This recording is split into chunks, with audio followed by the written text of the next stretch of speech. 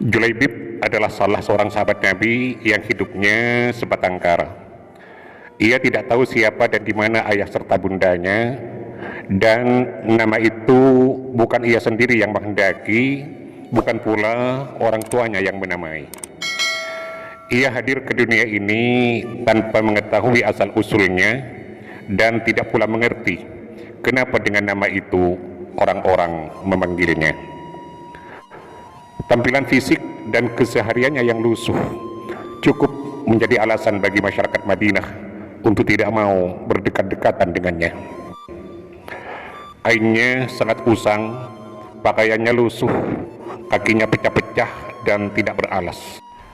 Ia tidak punya rumah untuk berteduh, dan kalau tidur selalu tangannya dijadikan bantal dengan berkasur tumpukan pasir.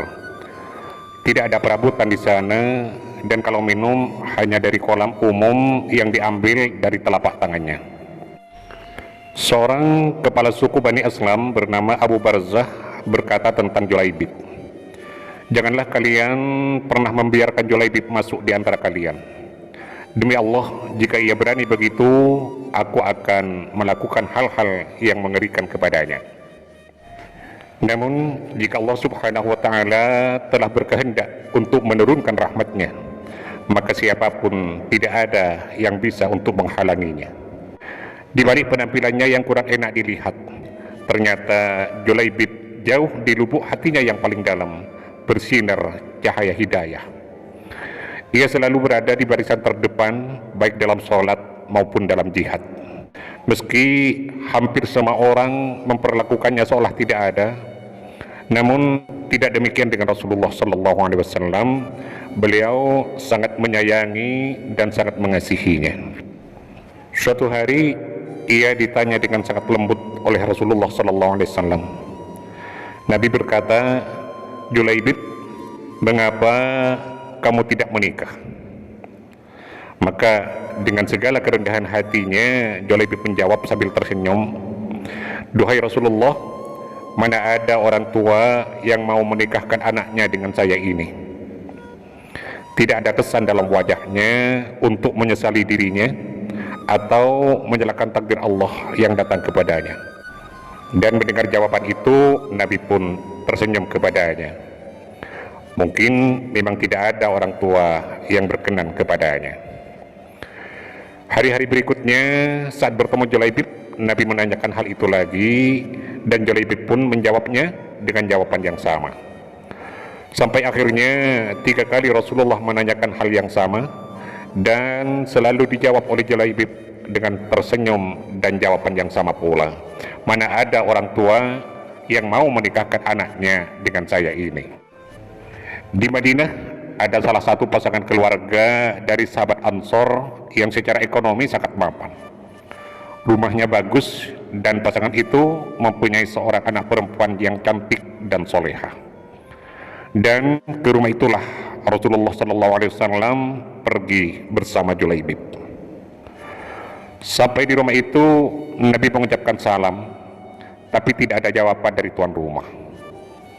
Maka Nabi pun mengucapkan salam yang kedua kalinya, tetap tidak terdengar jawaban dari yang punya rumah. Dan baru setelah Rasulullah mengucapkan salam yang ketiga kalinya, terdengar jawaban. Dan dengan wajah yang sangat berseri penuh bahagia, si tuan rumah keluar menyambutnya. Saat ditanya oleh Nabi, "Kenapa kamu tidak menjawab salamku yang pertama dan kedua?" Maka orang itu menjawab, "Ampun ya Rasulullah, kami tahu bahwa ucapan salam dari Anda itu adalah doa yang penuh rahmat, penuh barokah, penuh keselamatan untuk keluarga kami di sini. Kalau salam yang pertama dan kedua kami jawab, maka Anda tentu tidak mengucapkannya lagi. Dan kami ingin agar Anda mendoakan kami sampai 3 kali. Itulah sebabnya kami tidak menjawabnya." Akhirnya Nabi mengutarakan maksud dari kedatangannya itu, yaitu untuk meminang putri semata wayangnya. Dan betapa bahagianya si tuan rumah itu mendengar Rasul ingin meminang putrinya. Wajahnya terlihat ceria. Ia menyangka Rasul meminang untuk diri beliau sendiri. Dan tanpa pikir panjang, lamaran itu pun langsung diterimanya. Sambil berkata, "Ya Rasulullah, sungguh ini akan menjadi cahaya yang akan menyingkirkan segala temaram di rumah kami. Tapi bukan untukku," kata Nabi. "Kupinang putri kalian untuk Julaibib." Mendengar jawaban itu, ayah si gadis itu merasa sangat terperanjat sekali. Dengan lemah lunglai ia menjawab, "Ya Rasulullah, saya harus minta pertimbangan istri dulu untuk masalah ini." Dan begitu hal tersebut diutarakan pada istrinya, si istri merasa sangat terkejut juga dan berkata, "Mana bisa hal itu terjadi? Julaibib yang berwajah lusuh, tidak bernasab, tidak bersuku, tidak berpangkat dan tidak berharta. Demi Allah, putri kita tidak akan pernah kita nikahkan dengannya." Namun perdebatan suami istri itu tidak berlangsung lama, karena dari balik tirai sang putri berkata, "Siapa yang meminta?" Maka kedua orang tua itu pun menjelaskan bahwa yang datang untuk meminta itu adalah Rasulullah Sallallahu Alaihi Wasallam. Dengan lantang si putri jelita itu bertanya, "Apakah kalian hendak menolak permintaan Rasulullah? Demi Allah, bawa aku kepadanya. Dan karena Rasul yang meminta, demi Allah tidak akan membawa kehancuran dan kerugian bagiku." Lalu gadis itu membaca ayat Al-Quran surat Al-Ahzab ayat 36, "Wa ma kana lil mu'minin wa la mu'minatin idza qadallahu wa rasuluhu amran ay yakuna lahumul khiyaratu min amrihim wa may ya'sillaha wa rasulahu faqad dhalla dhalalan mubina." Dan tidaklah pantas bagi laki-laki yang mukmin dan bagi perempuan yang mukminah apabila Allah dan Rasulnya sudah menetapkan satu ketetapan untuk menentukan pilihan lain bagi mereka tentang urusan mereka. Dan barang siapa yang mendurhakai Allah dan Rasulnya, maka ia benar-benar telah tersesat dengan kesesatan yang nyata. Maka dilangsungkannya lah pernikahan itu antara Julaibib dengan seorang gadis jelita, putri dari salah seorang sahabat Ansor yang kaya raya.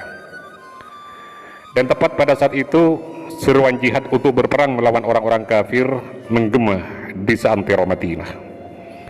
Dan Julaibib, sang pengantin baru itu pun tak bisa menahan gelora hatinya untuk ikut berlaga di medan perang. Dan begitu sampai di medan tempur, sebuah busur panah dari musuh melesat dan tepat mengenai jantungnya. Dan pengantin baru itu pun gugur sebagai syuhada. Malam pertama yang tak sempat dilalui bersama istri tercintanya di dunia diganti oleh Allah dengan malam pertama yang jauh lebih indah bersama para bidadari di taman-taman surgawi.